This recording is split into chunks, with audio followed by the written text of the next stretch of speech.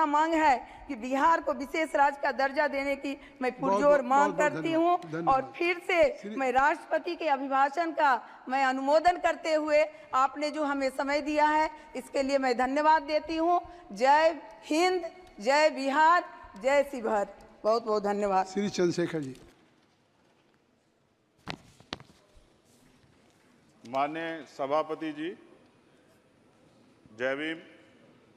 महामहिम राष्ट्रपति जी के अभिभाषण पर धन्यवाद प्रस्ताव पर बोलने को आपने मुझे अवसर दिया, इसके लिए मैं आपका आभारी हूं।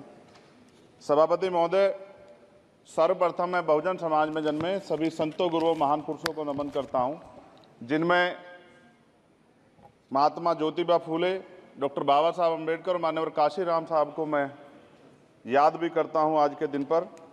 साथ साथ नगीना की महान जनता और भीम आर्मी और हमारी पार्टी आज़ाद समाज पार्टी काशीराम के साथियों का भी धन्यवाद करता हूं। इसके बाद अपने कुल गुरु जगत गुरु सदगुरु रविदास जी महाराज को भी मैं नमन करता हूं, जिन्होंने दुनिया को लगभग 600 साल पहले बेगमपुरा शहर के रूप में दुनिया का सबसे महान लोकतांत्रिक दर्शन दिया। अध्यक्ष महोदय, माननीय सभापति जी, 14 अगस्त 1947 को ये देश अंग्रेजों के अधीन था। 15 अगस्त 1947 को हम लोग आज़ाद हुए। 16 अगस्त 1947 को देश आज़ादी में था, लेकिन धन धरती राजपाट में बंटवारा नहीं हुआ। जो साधन संसाधन थे उनमें बंटवारा सही रूप से न होने के कारण एक बहुत बड़ी आबादी सुविधाओं से वंचित और सम्मान से वंचित रह गई। उनको सम्मान देने के लिए और अंतिम व्यक्ति तक सुविधाएं पहुंचे, इसके लिए लोकतंत्र की व्यवस्था हुई। लेकिन आज़ादी के 70 साल बाद भी हम कहाँ खड़े हैं, इस पर ये चिंता का विषय है। मैं मानता हूं कि सामाजिक न्याय तभी होगा माननीय सभापति जी, जब जातीय जनगणना पूरी होगी और जातीय जनगणना कराई जाएगी और साथ साथ संख्या के आधार पर आरक्षण जो है वंचित वर्गों का बढ़ाया जाएगा। उसके साथ साथ जब राष्ट्रपति जी अभिभाषण पे बात रख रही थी तो उन्होंने शहरी और ग्रामीण क्षेत्रों के विकास की बात कही और ये भी कहा कि दुनिया में सबसे उत्तम शहर हमारे यहाँ बने। लेकिन माननीय सभापति जी, 70% आबादी तो गांव में निवास करती है, तो गांव की आबादी के बारे में भी सोचना होगा कि उनका जीवन कैसे बदले। माननीय सभापति जी, उच्च शैक्षणिक संस्थानों में बहुजन समाज के जो छात्र हैं उनके साथ कास्ट एट्रोसिटी हो रही है, निरंतर उनकी हत्या हो रही है। साथ साथ जो सरकारी कर्मचारी हैं दफ्तरों में, उनके साथ भी जो SC ST OBC और मुस्लिम और अन्य धार्मिक अल्पसंख्यक, उनके साथ भी माननीय सभापति जी जातिगत और धार्मिक जो है शोषण किया जा रहा है। इसलिए मेरी मांग भी है कि पुरानी पेंशन को भी अध्यक्ष जी बहाल किया जाए। जो कर्मचारी देश की सेवा में लगे हैं उनका भी सम्मान होना चाहिए। साथ साथ सभापति जी, भाजपा ने चुनावी लाभ के लिए सबका साथ सबका विकास के नारे दिए जो खोखले हैं, क्योंकि 10 साल में दलित, पिछड़े, आदिवासी, मुस्लिम और अन्य धार्मिक अल्पसंख्यक जो अत्याचार हुए हैं वो किससे छिपे हुए नहीं हैं। ये गलत है, ये बंद होना चाहिए। सभापति महोदय जी, महामहिम राष्ट्रपति जी के अभिभाषण में निजी क्षेत्रों में SC ST OBC को रिजर्वेशन देने का कोई उल्लेख नहीं हुआ है, जो कि आज चर्चा का विषय, क्योंकि 98% प्राइवेट सेक्टर है, 2% सरकारी सेक्टर है, तो 98% प्राइवेट सेक्टर में भी हमारी हिस्सेदारी की बात होनी चाहिए।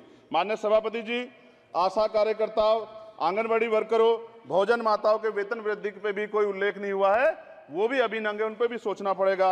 माननीय सभापति जी, जिस क्षेत्र से मैं चुन के आऊँ नगीना से, वो बहुत पिछड़ा क्षेत्र है। उस क्षेत्र में कोई विशेष आर्थिक पैकेज नहीं दिया गया, रोजगार की सेवाएं नहीं है, नौजवान पलायन करता है। IIT, IIM, एम्स, केंद्रीय विद्यालय आदि शिक्षा में और चिकित्सा संस्थानों की स्थापना होनी चाहिए, जो कि नहीं है।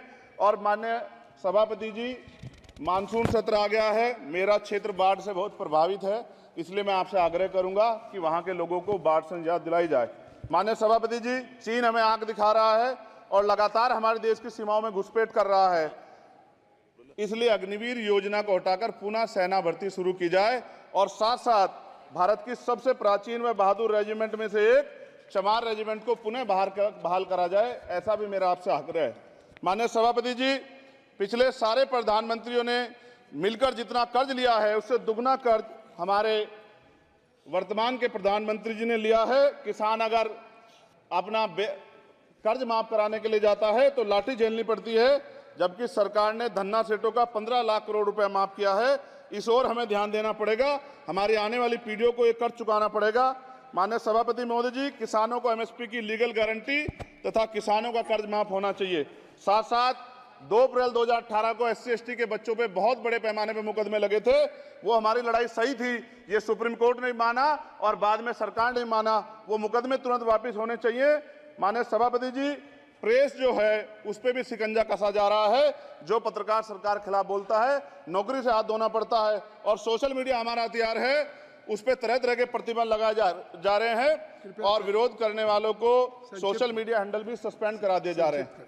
साथ साथ सभापति जी, पेपर लीक और परीक्षाओं के कैंसिल होने से देश के नौजवानों का भविष्य खतरे में है। नीट, यूपी सिपाही भर्ती सभापति जी और 69,000 शिक्षक भर्ती में आरक्षण घोटाला हुआ है। कोई पूछने वाला नहीं, खून के आंसू रो रहे हैं बच्चे, बेरोजगारी का दंश युवा झेल रहे हैं। इसलिए मेरा आग्रह है कि युवाओं के लिए कृपया समाप्त करें। चंद्रशेखर, माननीय सभापति जी, मैं पहली बार बोल रहा हूं, आप कहेंगे मैं बैठ जाऊंगा, मैं आपकी बात, मैं संवैधानिक मर्यादा का पालन करूंगा, मगर हम तो माननीय सभापति जी सुन ही रहे हैं। आप बोलिए, 1 मिनट। धन्यवाद, धन्यवाद। 1 मिनट और बोलिए। अध्यक्ष सभापति जी, नारी सम्मान की बात करने वाली सरकार, हमने मणिपुर देखा सर, हमने पहलवान बेटियों का हर्ष देखा सर, और हमने सर हाथरस की बेटी का हर्ष देखा सर, और हाथरस के परिवार को जो वादा किया था सरकार ने वो भी पूरा नहीं किया।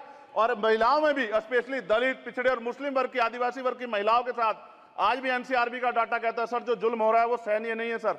साथ साथ कोविड में तैरती, हमने कोविड में बहुत सुना सर, कोविड में तैरती लाशें भी गंगा में हमने देखी है सर, और मजदूरों का हाल भी हमने देखा है।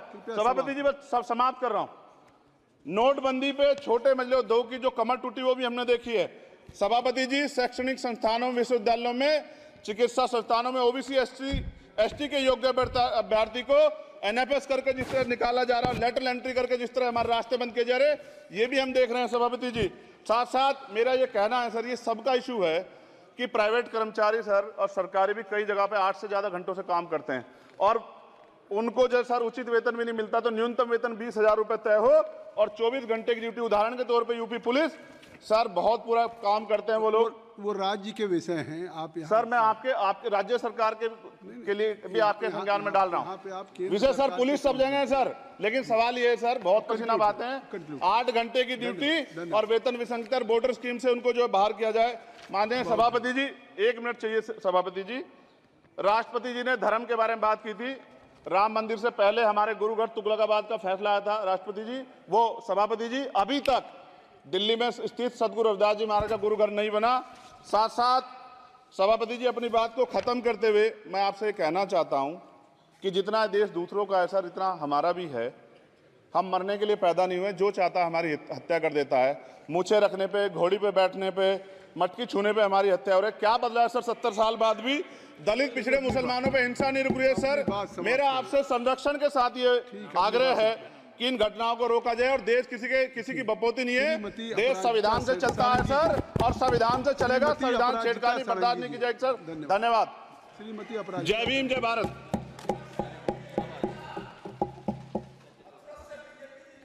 आदरणीय सभापति महोदय, सर मैं आपके प्रति अपना आभार व्यक्त करती हूं। कृपया शांत, आपने कृपया शांत। माननीय राष्ट्रपति जी के अभिभाषण के धन्यवाद प्रस्ताव में मुझे बोलने का मौका दिया। अभी जब मैं आपके समक्ष खड़ी हूं तो बहुत प्रसिद्ध 2 पंक्तियां याद कर रही हूं। कुछ बात है कि हस्ती मिटती नहीं हमारी, सदियों रहा है दुश्मन दौरे जहां हमारा।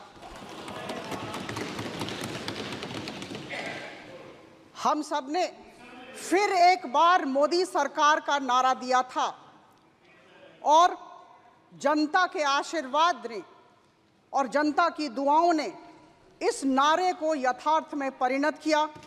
सेवा, सुशासन और गरीब कल्याण विचारधारा को आधार करके तीसरी बार मोदी सरकार भारत देश की जनता की सेवा में जुट चुकी है।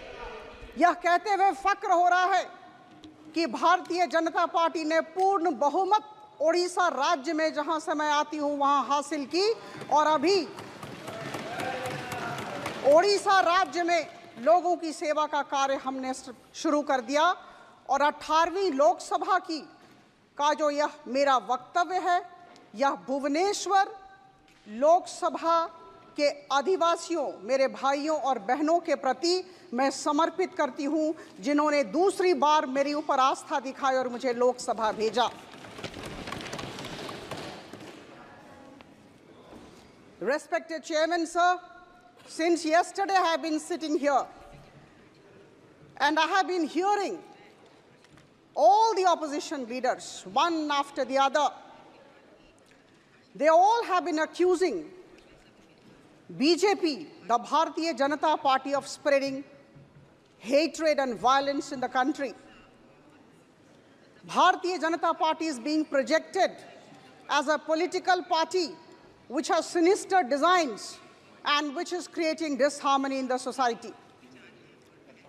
Dear friends from both the sides, the fifth largest economy in the world, and its GDP does not grow at around 8%, which was in 23-24 per annum, with the kind of doomsday bleak scenario that all of you are painting about the country.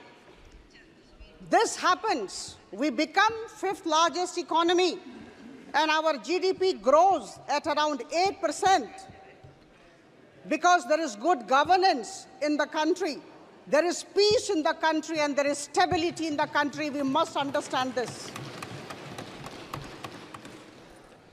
If we have seen record exports of $780 billion in 23-24, if India has become the second largest exporter of mobile phones in the world, if India has emerged as the biggest exporter of rice in the world, if the Indian engineering goods are finding place in the nooks and corners of the world, if the Bombay Stock Exchange Sensex points cross 79,000, then, my dear friends, it does not happen in a society ripped by violence and hatred.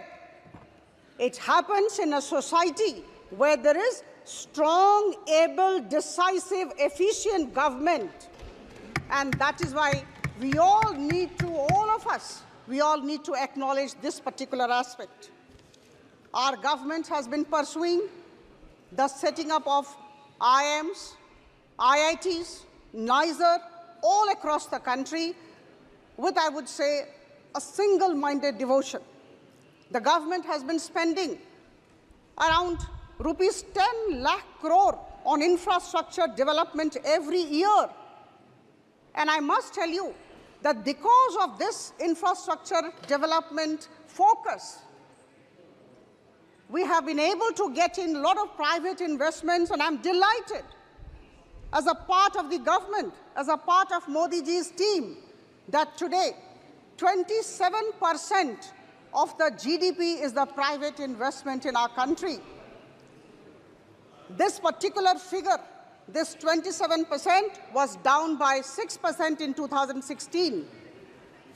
It's going up every day because we are trying to create a very positive environment in the country. Private investments are coming. Infrastructure development is taking place. There is a lot of stability, a lot of peace in the country.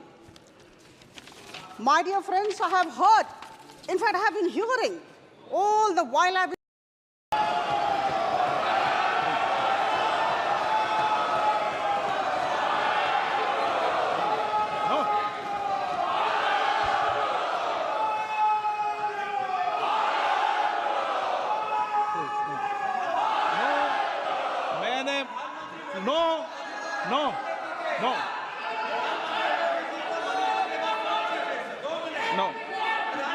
मैंने एक minute please ये तरीका ठीक नहीं है please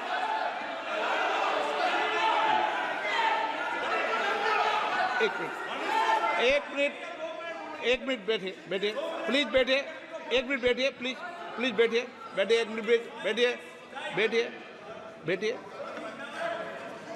honourable members माननीय प्रधानमंत्री जी बोलेंगे। मणिपुर के मैंने एक माननीय सदस्य को पहले ही बोलने का मौका दे दिया था। उनकी पार्टी से 9 मेंबर बोले हैं, बताइए कि 9 मेंबर बुलाए आपने। आदरणीय सभापति जी,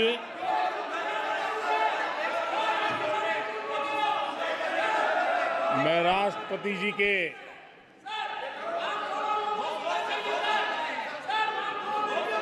भाषण के प्रति आभार व्यक्त करने के लिए उपस्थित हुआ हूं। आदरणीय सभापति जी, हमारे आदरणीय राष्ट्रपति जी ने विकसित भारत के संकल्प को